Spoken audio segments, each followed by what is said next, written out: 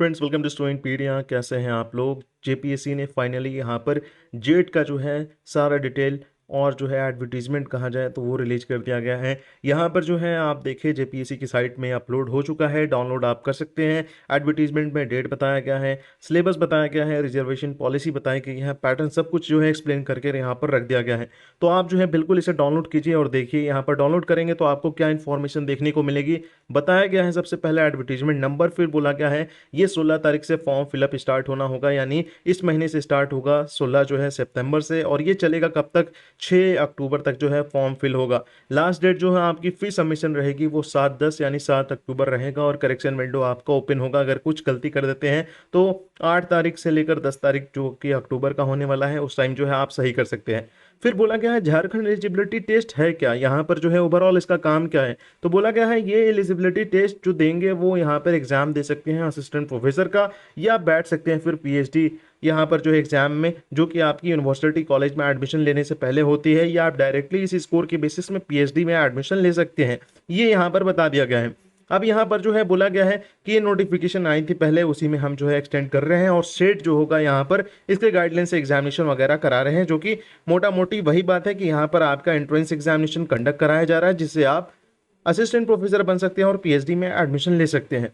पर बताया गया है एग्जामिनेशन पैटर्न क्या रहेगा। तो बोला गया है एग्जामिनेशन जो है आपका पेन पेपर मोड में होगा, यानी आपको ऑनलाइन एग्जामिनेशन देखने को नहीं मिलेगा। और यहाँ पर अच्छी बात है कि आपका यूजीसी नेट और सीएसआर नेट के बेस्ड में यहाँ पर सिलेबस आपका रहने वाला है, और साथ में यहाँ पर जो पैटर्न है बिल्कुल यूजीसी नेट वाला है। यहाँ पर पैटर्न आपका रहेगा क्या, पहला पेपर रहेगा यहाँ पर 50 क्वेश्चन, जिसमें 100 मार्क्स के आपको देखने को मिलेंगे क्वेश्चंस। और यहाँ पर दूसरा जो नंबर ऑफ क्वेश्चन रहेगा, दूसरा पेपर यानी मेन पेपर आपका, वो रहेगा यहाँ 100 टोटल और 200 मार्क्स का होगा, यानी ईच क्वेश्चन यहाँ पर कैरी करेंगे 2 मार्क्स। साथ में आपको यहाँ पर बता दूं कि जो क्वेश्चन पेपर रहेगा उसमें आप सिलेबस देखें तो थोड़ा सा चेंज देखने को मिलेगा, बट मेजोरिटी ऑफ चीजें यूजीसी नेट वाली यहाँ पर रहेंगी। तो पहला पेपर में आपका वही रहेगा, टीचिंग, रिसर्च, एप्टीट्यूड वगैरह, और यहाँ पर जो है एबिलिटी टेस्ट की जाएगी, आपका जनरल अवेयरनेस देखा जाएगा, और आप सब्जेक्ट बेस्ड नॉलेज आपका रहेगा जो कि डोमेन है सेकंड पेपर में।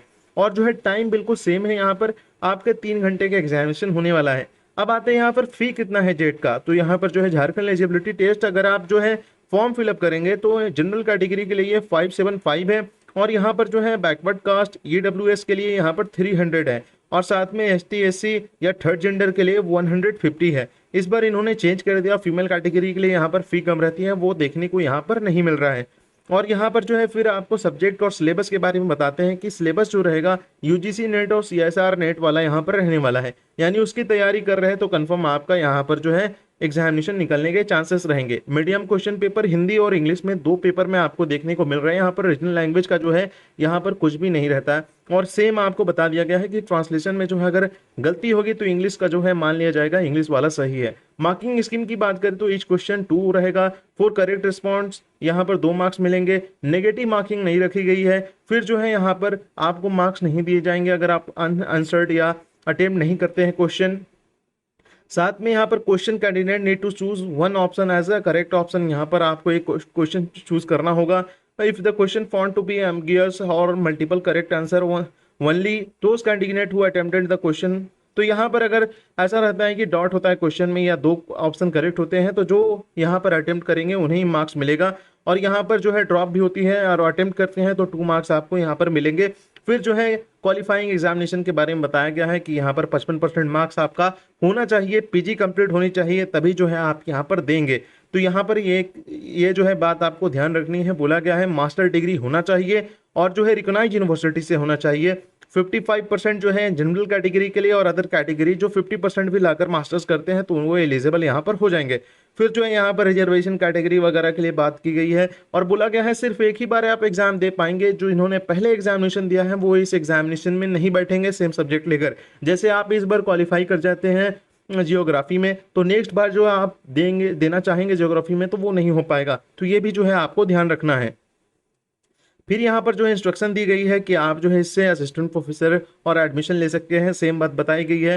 फिर एलिजिबिलिटी बता दी गई है कि नेट जेट यानी आप जो यूजीसी नेट क्वालिफाई भी करते हैं तो बिल्कुल आप एलिजिबल होंगे यहाँ पर एग्जामिनेशन देने के लिए। और यहाँ पर जो है नेट जो है वो सेंट्रल का एग्जाम है, जेट जो है यहाँ पर आपकी स्टेट कराती है, तो दोनों को इक्विवेलेंट माना गया है।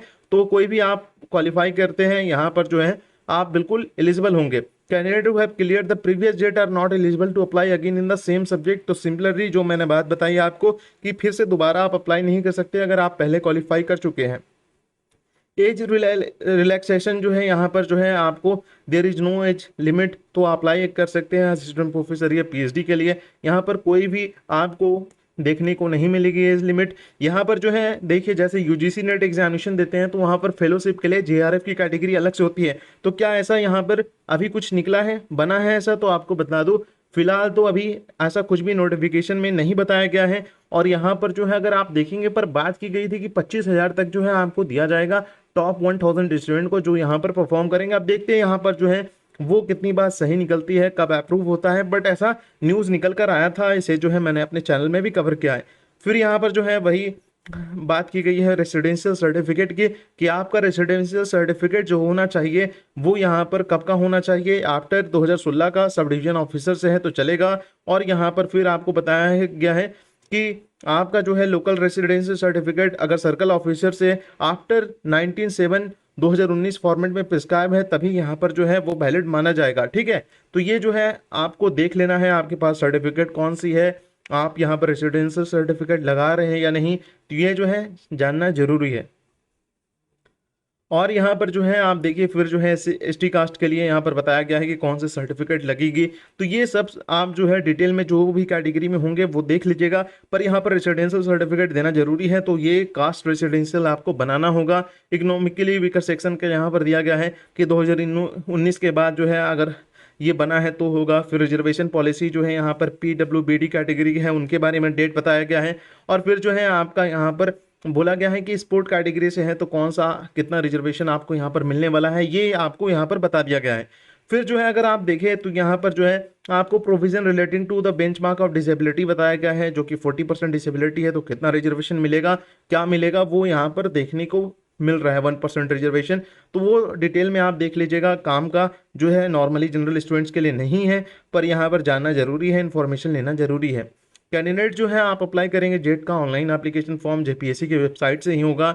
और copy of board university certificate जिसमें आपके माता पिता का नाम होना जरूरी है, डेट ऑफ बर्थ जरूरी है, टाइप ऑफ आइडेंटिफिकेशन में आधार कार्ड लेना जरूरी है, पोस्ट ग्रेजुएशन फाइनल मार्कशीट आपके पास होनी चाहिए, योर मेलिंग एड्रेस यहाँ पर परमानेंट एड्रेस जो है विथ पिन कोड देना है। फिर जो है आपका 3 सिटीज फॉर एग्जामिनेशन सेंटर यहाँ पर लेना है, कोड जेट सब्जेक्ट का लेना है। और साथ में यहाँ पर जो है जेट सब्जेक्ट का कोड भी है, सबका कोड दिया गया है, याद रखेंगे 881 करके 882 इस तरह का कोड आपको दिया गया है सब्जेक्ट का, वो आप देख लीजिएगा, इसी पीडीएफ में है। रेसिडेंशियल सर्टिफिकेट होना चाहिए, कैटेगरी सर्टिफिकेट अगर एप्लीकेबल है, इकोनॉमिकली वीकर सेक्शन के लिए सर्टिफिकेट जरूरी है, person with the benchmark disability यहाँ पर जरूरी है, स्पोर्ट सर्टिफिकेट यहाँ पर अगर आप क्लेम करते हैं तो आपको देना होगा, स्कैंड इमेज जेपीजी कैंडिडेट आपका जो है पासपोर्ट साइज ये रखना आपको पड़ेगा, रेसिडेंशियल सर्टिफिकेट और जो है आपका कास्ट सर्टिफिकेट वो भी यहाँ पर देना होगा। फिर जो है OTR वन टाइम रजिस्ट्रेशन होगा, उसके बाद आप फिल कर पाएंगे यहाँ पर एप्लीकेशन फॉर्म। और यहाँ पर कितनी कैटेगरी में कितना डॉक्यूमेंट साइज लग रहा है, 50 से जो है 300 KB में आपको यहाँ पर सर्टिफिकेट वगैरह अपलोड करने हैं। फिर जो है पे कर सकते हैं आप फी, किससे, आपको debit card, credit card, UPI, net banking use करना है। ये होने के बाद आपका यहाँ पर पेमेंट हो जाएगा। पेमेंट होने के बाद आप फिल कर लिए, आपको इंतज़ार करना है एडमिट कार्ड का। फिर जो है यहाँ पर आपको OTR नंबर यहाँ पर देखने को मिलेगा, पैन कार्ड, ड्राइविंग लाइसेंस, ये सब जो है डिटेल यहाँ पर दे दी गए हैं, जो कि उतने ज़रूरी तो नहीं बट फॉर्म फिलअप करते वक्त आपको काम आएगा। यहाँ पर आप डिटेल देखते हैं यहाँ पर एडमिट कार्ड के लिए। तो देखिए यहाँ पर एडमिट कार्ड जो है आपका इशू होगा कब, आप नॉर्मली देखिए 1 हफ्ते पहले होता है, और यहाँ पर नहीं होगा तो जेपीएससी हेल्पलाइन में कॉल कर रहे हैं आपको, वहाँ सारे डिटेल्स आपको दे दिए होंगे। वहाँ एडमिट कार्ड में कोड होगा आपका मेंशन, कहाँ पर सेंटर है वो देगा, तो वो भी आपको ध्यान रखना है। OMR के बारे में बताया गया है कि OMR सेट कैसी रहेगी, क्या करना है। आपने एग्जामिनेशन पहले जरूर दिया होगा तो आपको आइडिया होगा कैसी होती है। और यहाँ पर जो है सब्जेक्ट कोड आपको दिखा देता हूँ, ये जो है list and there subject code है। तो याद रखें यहाँ पर सब्जेक्ट बहुत सारे मेंशन है, सबका अलग अलग कोड है। जैसे एंथ्रोपोलॉजी का 07 है, जिसका होगा वो कोड याद रखेंगे। जर्मन का है 44, ज्योग्राफी का 80। तो इस तरह से कोड सारे सब्जेक्ट का दे दिया गया है। टोटल जो है 43 यहाँ पर सब्जेक्ट है और उनका कोड दे दिया गया है, जो कि आपको याद रखना है। और यहाँ पर जो है अदर डिटेल में देखें तो अदर सब्जेक्ट है list of as post graduation level and code, उसका सब्जेक्ट आपको यहाँ मेंशन देखने को मिल जाएगा। तो ये भी कोड अलग है, याद रखें। और यहाँ पर जो है graduation for the OMR mode of examination दे दिया गया है, 30 मिनट बिफोर द टाइम आपको पहुँचना है। और सारी इन्फॉर्मेशन जो आप नॉर्मल एग्जामिनेशन देते आए हैं वही है। जितनी भी इंपॉर्टेंट चीज़ें थी मैंने आपको इस वीडियो में बता दिया, फिर हिंदी में सारे इन्फॉर्मेशन यहाँ पर दिए गए हैं। होप आपको समझ में आ गया। कुछ पूछना हो तो कमेंट करके पूछ सकते हैं, मैं कोशिश करूँगा अपडेट करने की। Thanks for watching, best.